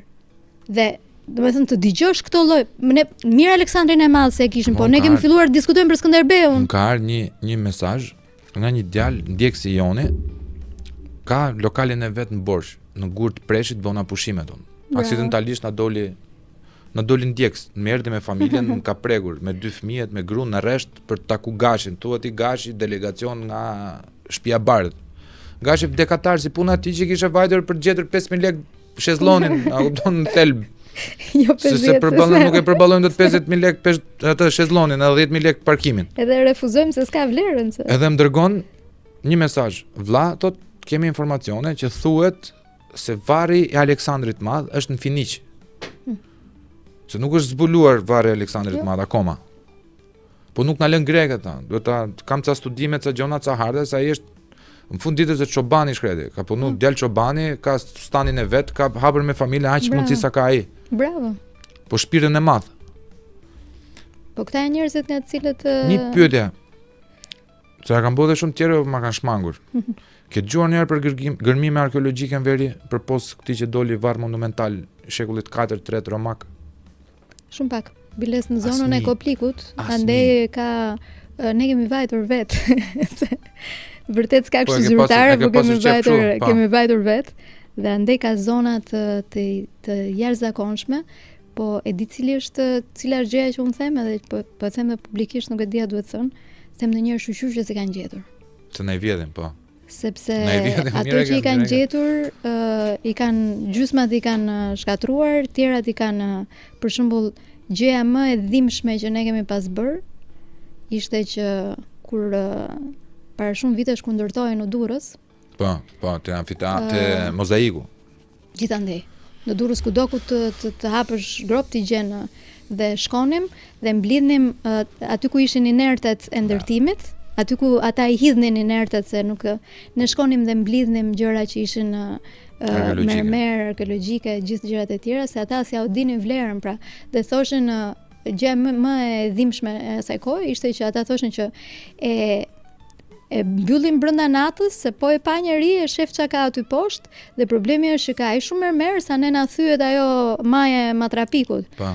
Që i bënin që hapnin dhe na ka gjetë belaja se aty është komplet mermer. Domethënë ata na i thonin këtë gjën edhe ne ishim ndjeshim të dhunuar nga gjithë kjo kafshëri, le të themi, po nuk është e njerëzve kjo, se njerëzit i nuk mund presësh që të di vlerën e tjerë. Kjo është e politikave. Kjo është e politikave të cilat nuk mbrojnë identitetin. Dhe pse nuk e mbrojnë identitetin? Sepse një njeri pa identitet është një njeri shumë i kollajshëm për të shtypur. Sepse nuk rebelohet ai që është pa identitet. Durrësi ka, ne e njohim si koloni Helene të dyja, Apollonin dhe Durrësin, ndërkohë që Ilirët janë para Helen. Helenët janë fiset dore, dorët edhe një fis tjetër që s'po vjen tash, që vijnë nga basenet e Kaukazit 9.000-6.000 vjet para lindjes Krishtit. Iliada e Homerit në çfarë gjuhë është? Ka kuptim të sot. E përktheva nga shqipja në shqip taje. Nga shqipja vetën në shqip. Çfarë gjuhë ka kuptim sot pra? Okej, do dalin këta agronrat, Dalipa e gjitha që vendosim më këtu e zbrecim këtë se fjala diell bëhet, domethënë zhetem është jeta ime në frëngjisht, domethënë dalin dhe këta relata vizuese. Nuk ka, domethënë kjo, po realisht për shembull Iliada e Homerit është sot ka kuptim më shumë në shqipën e sotme se sa në greqishtën e sotme. Çfarë? Ora është Troj. Troja. Po Troja, po. Troja, valla, Troj, vetëm te neve që janë kuptim. Po në të gjithë historitë që thuan për po e marrë mira. Gjithë pushtimet që ka bërë Aleksandri i Madh etj, pse nuk kishte ke Durrësin, universiteti më i vjetër i Europës, 1130-1160. E heqim këtë, se nuk e dum universitetin, se ne jemi mercenar barinj, dalin ca tip to. Ne kemi qenë barinj mercenar. E heqim këtë. Ne kemi qenë luftar, po jo mercenar. Ke Apollonin. Teutën e agronin thonë që ishte. Kemi Apollonin. Është tërvitur Octavian Augusti në Apollonia. Në një, domethënë, është Harvard i kohës, është akademia më e madhe ushtarake e kohës. Pra, ai që ishte ta njohin të gjithë ty. Shkon në Itali ti e thua këtë gjë, ta njohin absolutisht të gjithë. Përpost nesh. Po. Erdhi profesori. Di që edhe në Bibël ka referencë Iliris apo? Në Bibël ka referencë Iliris. Për Zotin këtë nuk e di. Pali ka kaluar në disa zona, të cilat besohet që ka qenë një nga zonat ka qenë Durrësi, po edhe në disa zona tjera. Kam një përshtypje që ka lidhje edhe me Apollonin. Është interesant një tur që bëhet sot, rrugtimi i Palit në Apolloni. Dhe shkojnë në pikat e ndryshme kur ka qenë nëpër Shqipëri, po. Dhe ne kemi aq shumë referenca nëpër botë dhe vetë nuk i marrim, dhe të thash unë e di arsyeën pse ndodh. Arsyeja është që njerëzit pa identitet janë më të kollajshëm për të shtypur. Prandaj ne sulmojmë familjen, sulmojmë njeriu, sulmojmë identitetin dhe fillojmë të bëjmë diskutime të tmerrshme, të frikshme të identitetit kosovar. Kombi kosovar. Le kombi pas apo identiteti kosovar. Po identiteti shqiptar, çfarë janë këto? Domethënë edhe fëmia që i sapo lindur e kuptojnë që këto janë abuzime të frikshme të opinionit publik, edhe të dijes që ne duhet ta kemi, pra është dije bazike kjo, nuk ka s'ka ndonjë çudi të madhe që ti ta dish, jemi të gjithë shqiptarë, jemi të gjithë absolutisht njësoj. Edhe fakti që jemi ndarë vetëm para 100 ca vitesh, çfarë tregon kjo? Që u bë me identitete ndryshme, po nuk bësh dot me identitete ndryshme. Dhe pikërisht kjo pjesa e përçarjes, e mungesës pra e luftës ndaj një identiteti të fuqishëm, sepse ne nuk e kemi identitet të zakonshëm. Nuk e kemi të krijuar. Po edhe se kemi të zakonshëm. Sepse gjatë gjithë kohës së historisë po ta studiosh, pra ata që studiojnë realisht historinë, jo për ne që jemi amator. Ne jemi aty në çdo lloj perandorie, në çdo lloj borri, po. Po pse jemi gjithmonë drejtuesa ne? Po Konstantini. Po. Po pse janë 17 perandorë lirë që ishin i lirë? Po ka një arsye. Po thash, ka një arsye për cilën dalim gjithmonë më të mirët kudo që jemi, se është akoma geni. Po këtë genin e luftojmë. Neve themi që jemi të pushtuar.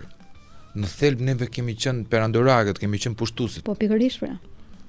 Do të thënë na ka mësuar një lloj psikologjie që se na ka marrë 500 vjet Bizanti. Idiot, ti ke qenë Bizanti. Po që po, edhe shqiponjë me dy koka që thonë që erdhi nga Bizanti, ndërkohë që ishte simboli pellazit. Jo, po na sulmuan ke 500 vjet në Turqi. Te Turqia është diçka tjetër. Shqiptarët u futën në oborin perandorak, u bonde perandor, por siç e thot edhe Kisingeri për te libri për Kinën, thot çdo lloj pushtuesi që vinte në Kinë nuk vinte për të sjell një qytetërin tjetër, por për të rritur Kinën, për t'u kinezëruar. Po pikërisht pra perandoria osmane u bë Abdulhamiti, kur dolën Gjon Turqit e më thet tash reformat e Tanzimatit, edhe Arnautët na dolën kundër. Pra Arnautët ishin pjesa më integrale e perandorisë osmane. Po ti e di që pastaj gjua shqipe ishte gjua edhe në rastin e Greqisë. Po. Edhe në rastin e është quajtur gadishull ilirik deri në shekullin 18, pastaj u fshin. Pse nuk i studiojmë ne këto gjëra? Çfarë drejtin studiojmë ne historinë? Kush do t'i studiojë Elira? Kush? Këta që blien. Jo vetëm ata që blien, po edhe ata tek të cilët nuk është investuar. Ke profesori Mark Palnika. Vetëm me buxhetin e vet shkon arkivat e Vatikanit. Kush e nxjerr Markun? Unë kam shumë miq të cilët kanë dashur edhe pedagog, edhe profesor, po edhe të tjerë që kanë dashur dhe s'kan pasur. Është Alban Kraja. Kur asnjë mbështetje. E morën televizionet shqiptare pasi doli te tru podcasti. Po. E kupton? Edhe e morën për t'i bë pyetje kështu. Ç'a mund të thonë një profesor? Ç'a mund të thuash ti nëse intervista jon ose kjo s'është intervistë, është turpta që është intervistë, është ulje, po kjo është bisedë. Kjo është tamam bisedë, kanë shumë. Ç'a mund të bësh ti një bisedë me mua për 15 minuta? Me tonën ty 3 pyetje, 4 pyetje, do më përgjigjesh politikisht korrekt. Gjithë kapacitetin që kanë ata njerëz, ata nuk duhet punonin fare me asnjë gjë tjetër, nuk duhet të vrisnin fare mendjen për asnjë gjë për të mbajtur familjet e tyre, po thjesht të fokusoheshin aty dhe të nxirrnin materiale që ne i kemi pafund. Vetëm un kam mik të familjes time i cili shkonte në Venecia me shpenzimet e veta për të vajtur dhe për të studiuar atje, ndërkohë që e ka për detyrë shteti ta bëjë këtë gjë. Dhe për mendimin tim vërtet politikat tona nuk e kanë dashur këtë gjë. Por gabimi që unë them që kemi pak është që edhe nuk e kemi kërkuar mjaftueshëm këtë pjesën e investimit në këtë gjë që është shumë e rëndësishme për identitetin. Serbët, grekët, dy lëndët më të fuqishme që i kanë detyruar në shkollë nuk është as matematika, as gjuhëletërsia. Është gjeografia dhe historia. Edhe mësojnë ashtu siç duan. Gjeografinë dhe historinë po ti pyetësh, unë kam pyetur studentët e mia, ka qenë një vajzë nga Kruja. Më ta më proveta po me këto historinë ta, se unë jep gjeopolitikën, proveta me këtë historinë ta monta me data. Modri është nuk është historia data. Data janë për historia është logjika se si niveli i lartë i historianëve që duan me bë me data me gjitha për të korresponduar të dhënat historike.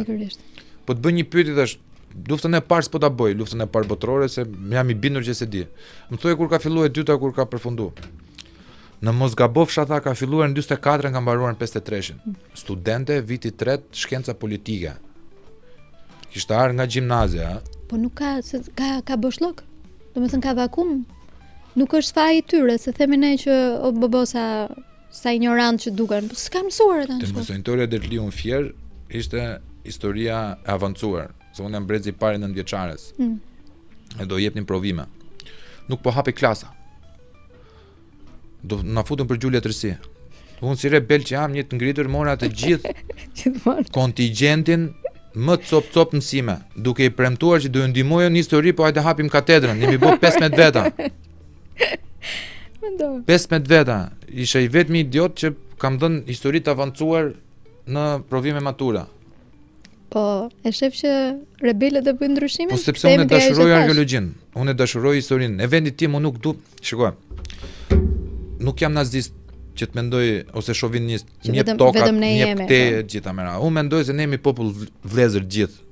Pra, shkartisjet që kemi bërë me serbët, me grekët, me helenët dhe me gjithë, kemi shkëmbyer gjak me njëri tjetrin. Pra, kemi gjenetikisht jemi të ngjashëm me njëri tjetrin. Tani pse e marrë mira mos krijosh federat ballkanike, ku të jetë e gjitha në prosperitet dhe të mësosh historinë ashtu siç ka qenë. Po duhet ta njohësh njëherë veten, ta pranosh, pastaj pranosh libër ose do ta bëj dhuratë, do ta blej, do ta bëj dhuratë, se kam qejf ta bëj një me nënshkrim. Shumë faleminderit. Aleksandr Pavlović, shqiptar imagjinar. Ai tregon, është profesor serb, i cili urrëhet më shumë se sa shqiptarët në Serbi, sepse ka marrë disa referenca nga arkivat sekrete të Beogradit dhe ka thonë që deri në gjysmën e shekullit të 19, shqiptarët portretizoheshin në historiografinë serbe si popull vlla, trim, i ngjashëm me malazezët dhe serbët kundër perandorisë osmane. Në momentin 1830 kur neve krijuam shtetin Kom dhe shqiptarët filluan me dum babën, sepse u blend nga osmanët, prap vazhdoni. Filloi teza e Çubrilovicit e 1834-s, që këta janë shqiptari, pra delet, janë osman, janë serb të turqizuar, ku vjen edhe kombi kosovar, që është fatkeqësia më e madhe që mund t'i ndodhi Dardanis, se unë se quaj Kosovë. Po Dardania është e pastër edhe në territor. Kombi kosovar është pretendimi serb për serb të turqizuar, islamik. Po. Se është futur edhe feja më pas çështje identitare. Del Spahiu dhe thot ti tha je ignorant tamam. Se ti po ofendon në bazë etnie. Më thoshte mua se i thash ti je vlla, i thash ti je shqiptar si unë. Shqiptar. Shtetësia pse është unë jam kosovar da çfarë shqiptari da. Kombi im është kosovar, nuk jam kom. Pas ka qenë kosovar i rrallë ma. Në përgjithësi kosovarët e kanë shumë më të qartë. Shikoj, ja ka dhënë shqiptarët e Kosovës shumë më të qartë se sa ne. Ja ka dhënë dorën në ministri serbe, ministrit brendshëm serb. Është me foto. Kurse unë në Fridi Qerbe Shtift, unë ja kam thënë serbe, unë e puth flamurin tuaj, ata kanë puthur flamurin ton. Ne kemi Voskopoj. Po kjo është vllazëria. Po kjo është idiotësi që ne vetë zgjemi për flamuj. Pikërisht pra. Po nga ana tjetër që ta bësh këtë gjë, duhet të kesh vetdijen se kush je. Edhe të vetdijen se çfarë të cënon dhe çfarë nuk të cënon. Se ti e di që kjo gjë nuk të cënon sepse e di mirë kush je. Tashi emri jot. Ti fillon ke turbullira se kush je, aty fillon pastaj të bësh. Emri jot Edlira nuk mund ta gjesh dot në asnjë lloj vendi sepse Edlira, Elira. Është Edlir. Edlir ose Edlir, po. Po, e pas. Unë kam një shpendë vëlla, domethënë është para ilirik. Se gjend do. Shpendin e kemi patur simbol në që është para ilirik në Pellazve dhe shpendin me dy kokë, se un kam studiuar edhe këtë pjesën e prerardhës flamurit. Shpendin me dy kokë ne kemi pasur që prej kohës Pellazgëve. Nuk e kemi patur ne që e sollën bizantinët shqiponjën me dy koka dhe aty e morëm ne vum në se ka shumë problematika të tilla që ti fillon pasaj edhe beson lloj-lloj gjëra që të vinë. Do të bëj një pyetje të fundit. Edhe do të lë të lirë pastaj me shpresën që do vish prap. Me kënaqësi. Më kënaqem me mohabet. Po. Cila është teza jote e Bashkimit Kombëtar? Për mos thënë Bashkimi Kombëtar, po të bëj një parantezë të vogël. Unë mendoj se Bashkimi Kombëtar arrihet vetëm nëpërmjet arsimit. Shumë e rëndësishme. Ti si e ke konceptin e Bashkimit Kombëtar? Tash unë kam çik më të zhvilluar konceptin e pak më radikal. Po nuk po flasim për të, po flasim për pjesën thash unë kam patur fatin shumë të mirë që të punoj në rajon. Dhe ajo që kam kuptuar është që në kohët e sotme Bashkimi Kombëtar për cilin flisnim ne në 2005-ën që shkonim dhe bënim edhe na bllokonin, kam patur shumë raste kur më kam bllokuar në kufi, vetëm se kisha ardhur nga zonat ku flisja për Bashkimin Kombëtar edhe nuk pasaj kam patur shumë probleme në këtë pjesë, por Bashkimi Kombëtar është një bashkim që fillon nga praktika. Dhe praktika është siç ti e the, fillon nga arsimi, fillon nga bashkëpunimi dhe nga bashkërendimi i gjërave në të gjitha fushat, që nga sipërmarrja, pra fakti që ne kemi hapur kufirin me Kosovën dhe nuk na duhet që të marrim viza, pasaporta etj. Po traun e kemi. Traun e kemi për sy e faqe. Realisht është i hapur. Le ta themi pra se kjo është një hap përpara, por është një hap shumë i vogël përpara. Një përpjekje që u bë për të bashkuar akademitë e shkencave. Një përpjekje tjetër që u bë për të bashkuar këtë pjesën e institucioneve artistike. Po janë investime të cilat në qëndrueshmëri më pas sjellin atë që ne kemi që e quajmë Bashkim Kombëtar dhe që disa shpresojnë që do ndodhi brenda Bashkimit Evropian si dy territore të ndryshme etj. Disa të tjerë shpresojnë që do të ndodhi realisht edhe për sa i përket bashkimit të gjithë shqiptarëve në një shtet të caktuar. Kjo është një teori pak më e vështirë në ditët e sotme. Se bën do luftë, kufit nuk ndryshojnë më. Do luftë. Pra është shumë më pak e arritshme se sa kjo tjetra, sepse e para është investimi tek identiteti, që ne të mos harrojmë që jemi të gjithë një komb, një flamur, një gjuhë, një komb, një kombëtare, kishim ne ashtu futbollin edhe këtë. Por ajo që un kam thënë dhe dua të them gjithmonë është që Bashkimi Kombëtar dhe kujdesi le të themi për të gjithë ata shqiptarët të cilët janë jashtë territorit të Shqipërisë, fillon nga Shqipëria. Nuk mund të pretendojmë ne nga Tirana zyrtare. Fillon nga politikat që ne bëjmë. Dhe di cili është problemi? Problemi është që ne kemi pafund shqiptar në Shkup, të cilët në Shkup apo në Maqedoni, të cilët nuk kanë asnjë lloj mbështetje nga shteti shqiptar. Dhe diti që nuk marrin dot shqiptarët me komsi shqiptare që jetojnë në shtetet fshinje nuk marrin dot pasaportën shqiptare dhe duhet të aplikojnë njësoj si të huajt e tjerë. Dhe kjo ka qenë një nga premtimet e mia që unë kam shumë për zemër, dhe nëse një ditë do t'i futem kësaj gjë, do t'i futem, kjo është një nga arsyet kryesore, që nëse unë një ditë do ta kem në dorë, të gjithë shqiptarët me kombësi shqiptare do ta marrin pasaportën në mënyrë automatike, sepse ky është turpi më i madh që ne po bëjmë edhe në sensin formal. Si mos ja japësh ti pasaportën një shqiptare nga Kosova i cili e do? Apo edhe lejohet? Është manual që daton që në 1939 nga Dušan Mugosha dhe Miladin Popovici dhe kanë konferenca Mukjes. Që veriu gjithmonë duhet lënë se janë rebel, shkputi ata hiqi se nuk i kontrollojmë dot. Jemi mirë me këta që kemi, ti largojmë. Edhe ne jugut rebel jemi, mos këto se i ka larguar burrat e jugut, i ka larguar gjithë ai.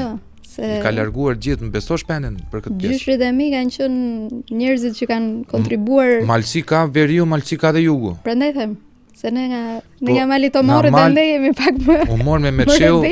U mor me Metsheu me vrasjen e burrave Kinga edhe Trima të jugut, se ka pas dinasti jugu. Ka një, po, domethënë është investuar në mënyrë negative shumë më tepër se sa në mënyrë pozitive. Dhe futën vllavrasjen, futën veri jug, që s'ka pse. Që turren me njëri tjetrin, kot pa arsye.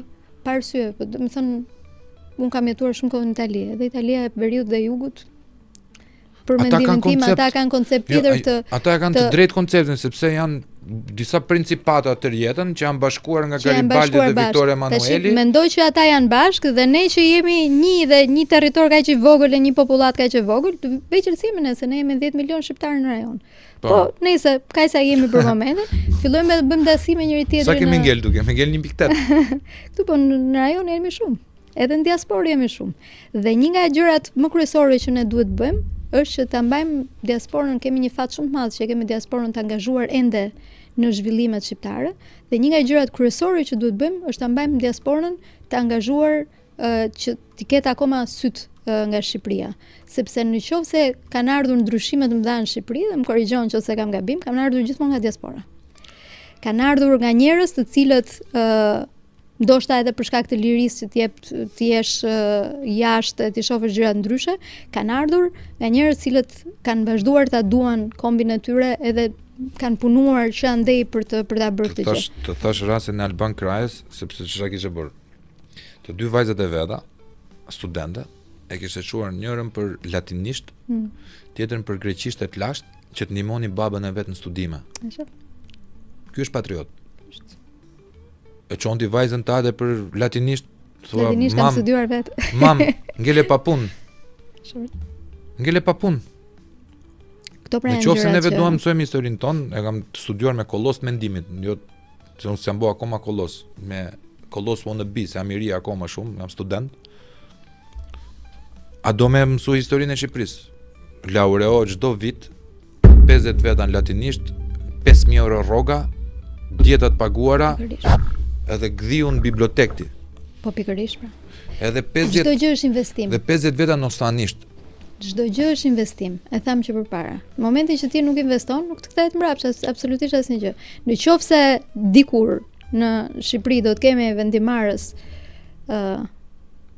ose do të kemi fatin të jemi njerëz që e duam vendin edhe në këtë lloj mënyre praktike, se kjo është një mënyrë praktike të dashurit vendit, që ti të investosh për identitetin tënd.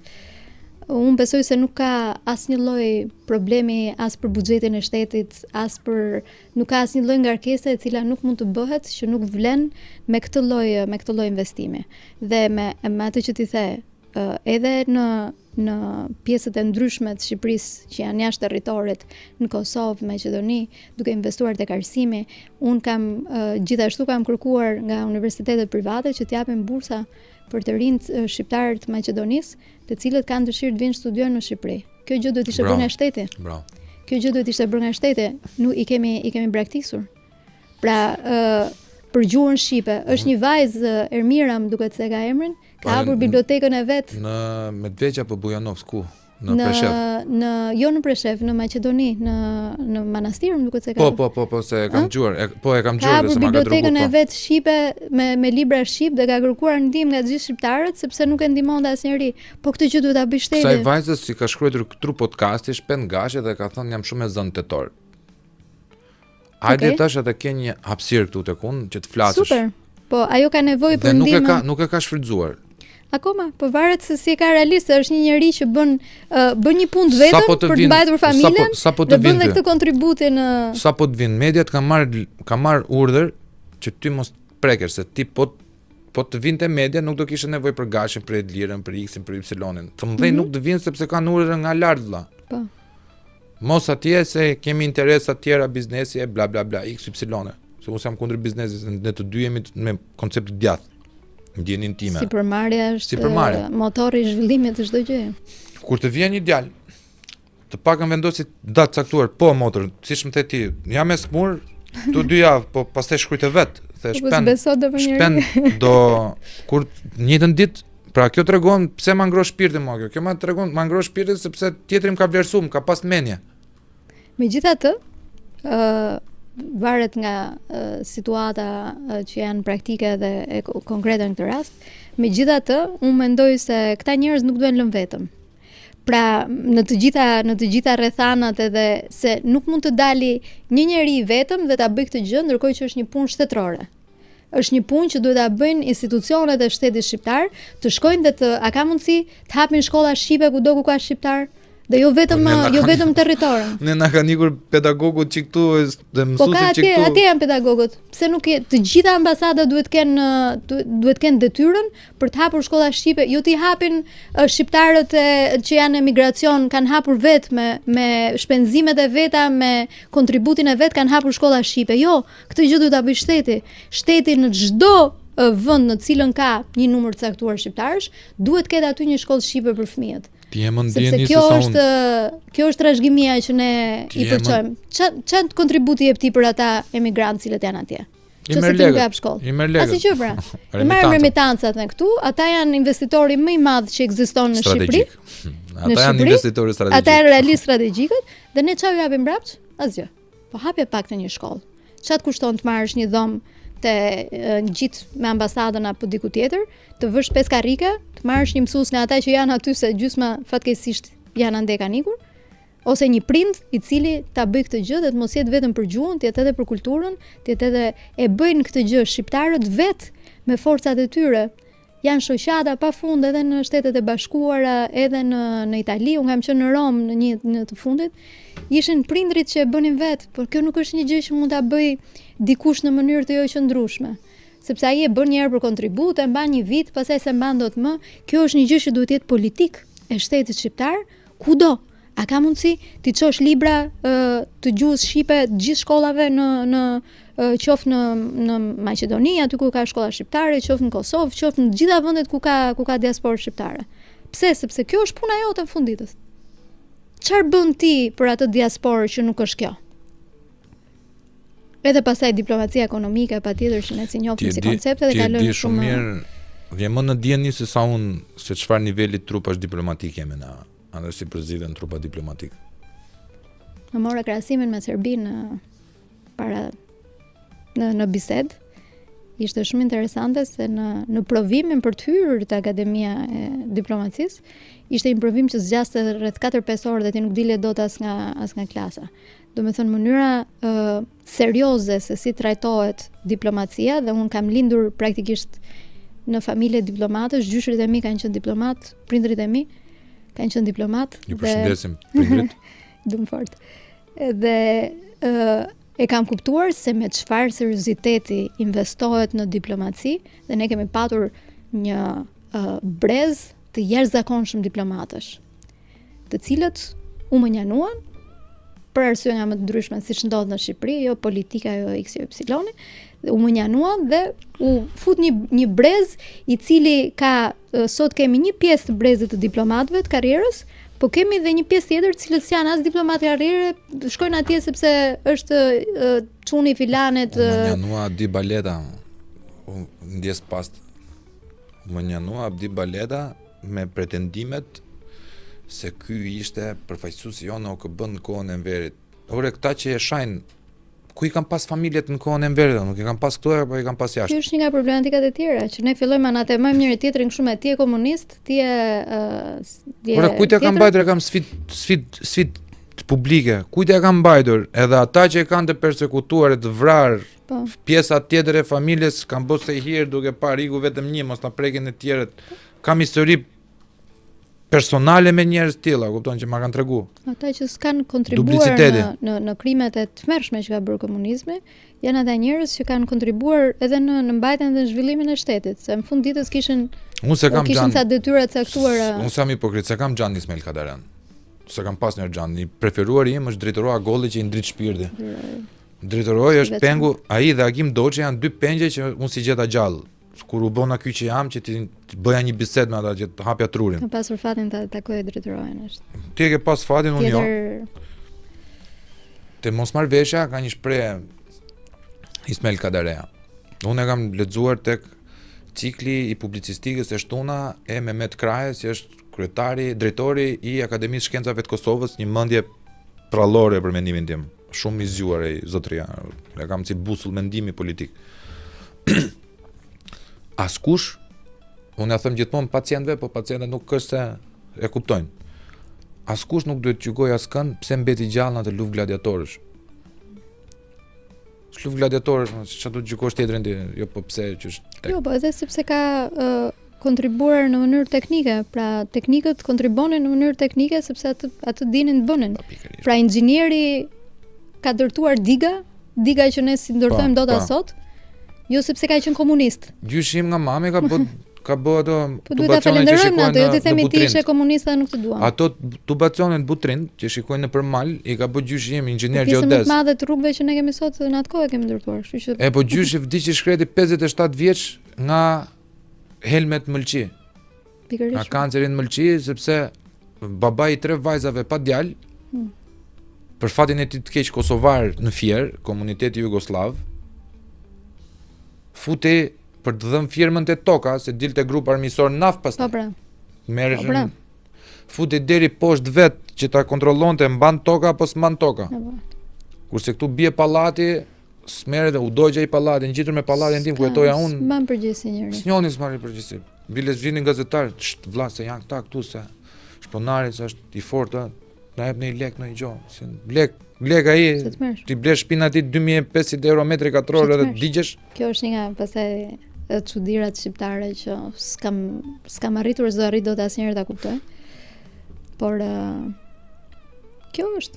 Unë si stimatar që jam, sa herë që them do bëj pyetjen e fundit, më lini gjithmonë pyetje të tjera, është të mërshme, kur e mendon, kupton, moderimi nivel 0. Tecën mirë biseda, pse jo? Unë shoh me nuhatjen time që ti ke përsiadet rreth politikës. Se kapet disa herë që po të kem mundësinë, kur të kem mundësinë, po të kem mundësinë. Për mua do ishte vlerë shtuar, nëse do merresh aktivisht me politikë, nëse do mendimin tim edhe ke për krah. Ta kemi këtë lloj përsiadje se ka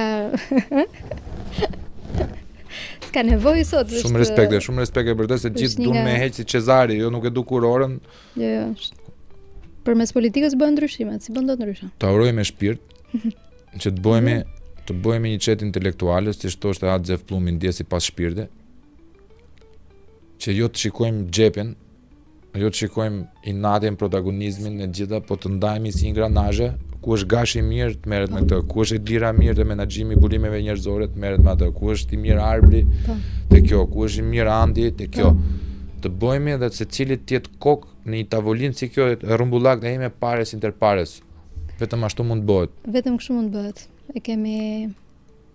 E kemi diskutuar, e kemi ëndër, nuk do asgjë më shumë se ca një grup njerëzish që e duan vendin. Edhe i duan njerëzit e vet. Atëherë sfida jonë e ardhshme është ta kthejmë ëndrrën në objektiv. Më kënaqësi. Do uroj kontaktet i kemi, media kemi, nuk është se nuk kemi media, kemi këtu. Asgjë s'ka asgjë të pamundur.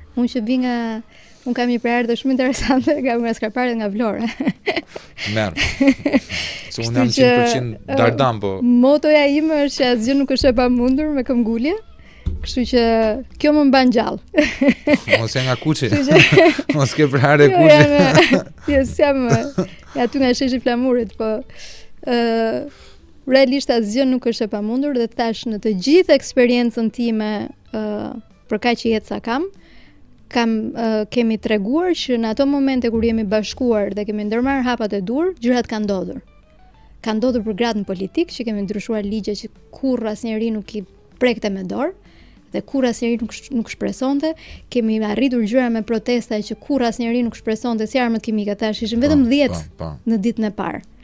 E shpresuam, e vepruam, e arritëm. Kemi arritur gjëra të konsideruara të pamundura, nuk kemi pse të mos e arrijmë edhe këtë, se nuk na mungon absolutisht asgjë. Tani ke edhe një kal fuqi që jam unë, a kupton plus. Të përbashkët, se edhe ti ke mua. Tani tek ajo ideja jote, te objektivi jot, se unë kam luajtur si Ronin, kam luajtur si samuraj pa mjeshtër.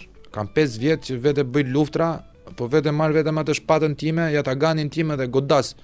Sa ne bënin ndryshimin. Vetëm po. Jam bërë Ronin, kam ngelur vetëm fare tash. Do na si parti nuk na do, na shikon armiq të gjithë. Ca na servilosen, ca do me na ble, ca do me na... I kontrollueshëm ti është më rrezikshëm mirë. Po s'kam për të ndodhur ndonjëherë se unë për aq kohë sa hapa partinë e Trurit, se kjo është partia ime. Ata njerëzit që më ndjekin nuk merrem me se kam ofendim të futem këto lloj partish janë, se janë antikombëtare. Truri i bashkuar me zemrën është për mua partitë shqiptare janë antikombëtare. Ka ardhur nevoja që neve të hapim një parti tjetër, po jo parti idiote siç kanë dalë to metastazat. Parti që të bëhet me referendum. Sa shumë kemi luftuar për atë ligjin për referendumet. Po referendume bëjmë mes vetit neve, nuk kemi pse të ashtu. Mbledh firmat e gjitha, nuk ka pse të ketë kryetar fare, të kolegjal. Është dhe to nuk quhen në të gjithë historinë botërore, nuk quhen parti vetvete, po janë lëvizje të mëdha, të cilat realisht bëjnë ndryshime dhe unë ta thash, nuk duhen më shumë se sa 5-6 njerëz, 12 njerëz, nëse kujtohet se përmendes Singaporin pak më përpara. Ca njerëz që realisht e duan vendin dhe i duan njerëzit. Kaq. Kapaciteti, pastaj asnjë shqiptari, jo vetëm neve, po asnjë shqiptari edhe të atyre që takojmë rëndom, nuk i mungon kapaciteti asnjë shqiptari. Tash kemi vetëm një sfidë. Ose do më qynë dhe mua të Sorosit, ose do t'ike dhe ty etiketimi. Jo, tash do t'ike ty etiketimi nga... Unë lançova sfidën në fillim të emisionit, tek emisioni yt. Gjeni prova. Kush më gjen prova? Që t'ja hedhim tavolinë. Po gjetëm prova, do ata shohësh dhe ti. Po si të prova, do shpëtojmë të dy. Po, edhe unë sapo u antarsova me Sorosin. Agenti Mossadit. Elvira, të falenderoj shumë, të kam shumë xhan. Edhe shpresoj që na bashkoj prap rrugtimi, edhe miqësor edhe sociopolitik, mos ta quajmë me karakter vetëm politik. Shpresoj që fëmijët e tu të rriten të lumtur, të rriten me shëndet plot, edhe të rriten të gëzueshëm, e të bëfshin më të mirë se sa prindrit e vet. Ta uroj me shpirt. Uroj për çdo fëmijë që të jetë i lumtur në Shqipëri, se fëmijët shqiptarë meritojnë shumë më tepër se ç'mund të japin realisht. Shumë faleminderit, ishte shumë kënaqësi biseda. Edhe për mua e kam shiu shumë. Si rrallë herë shijova u kënaqa deri në fund. Faleminderit. Falenderoj shumë. Faleminderit miq, ju duam shumë. Mos harroni, i keni falas subscribe-in, like-un dhe share-in. Pastaj juve që dononi, keni këto IBAN-et, po ju lutem, hidheni IBAN-in mirë se ngelëm duke u zënë me bankën.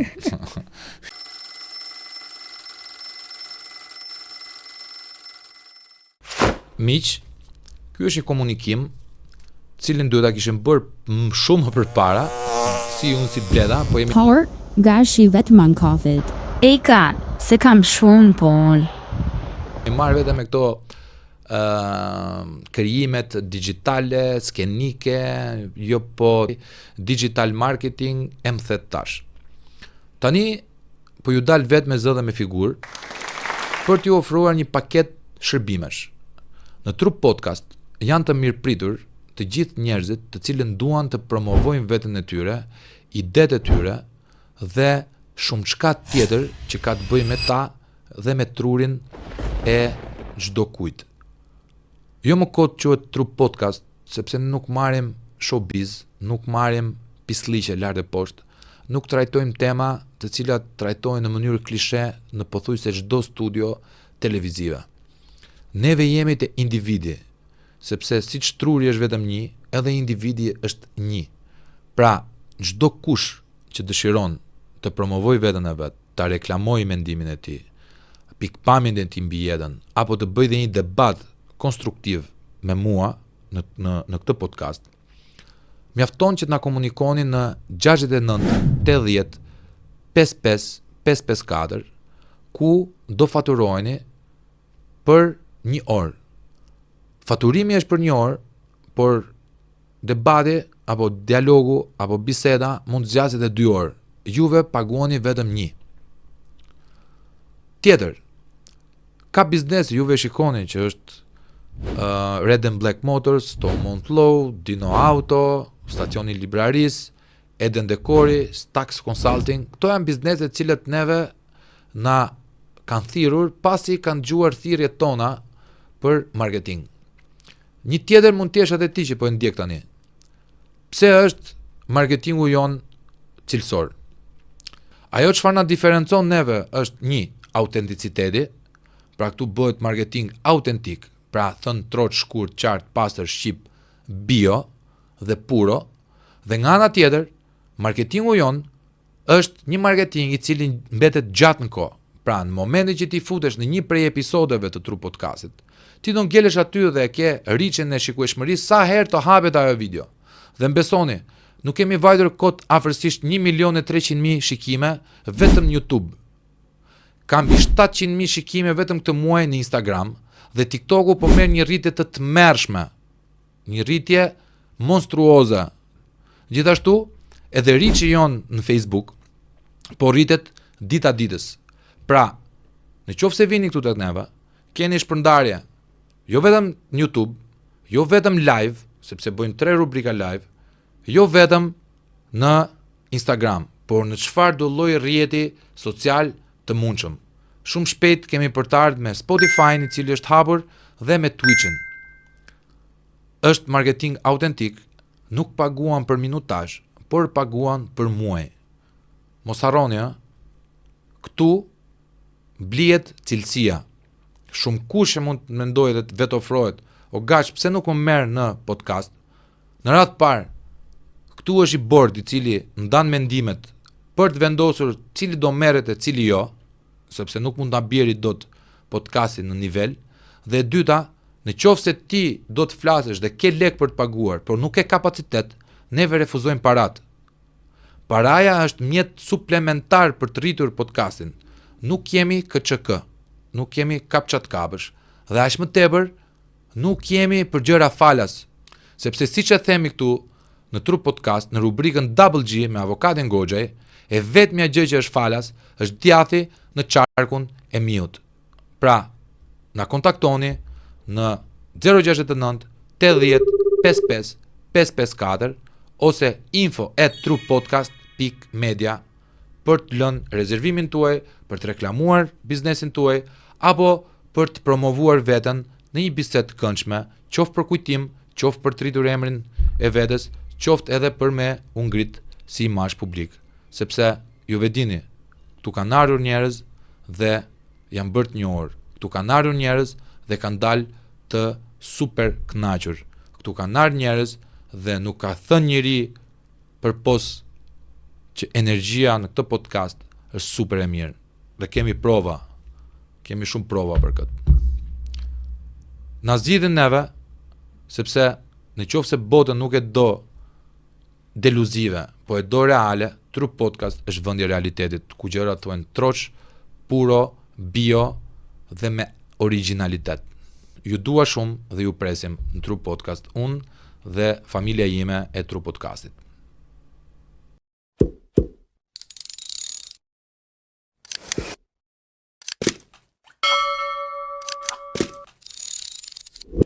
Në Tru Podcast kemi hapur një merchandise, një dyqan të vogël online, që është pjesë e Tru Podcastit. Quhet Tru Podcast Shop.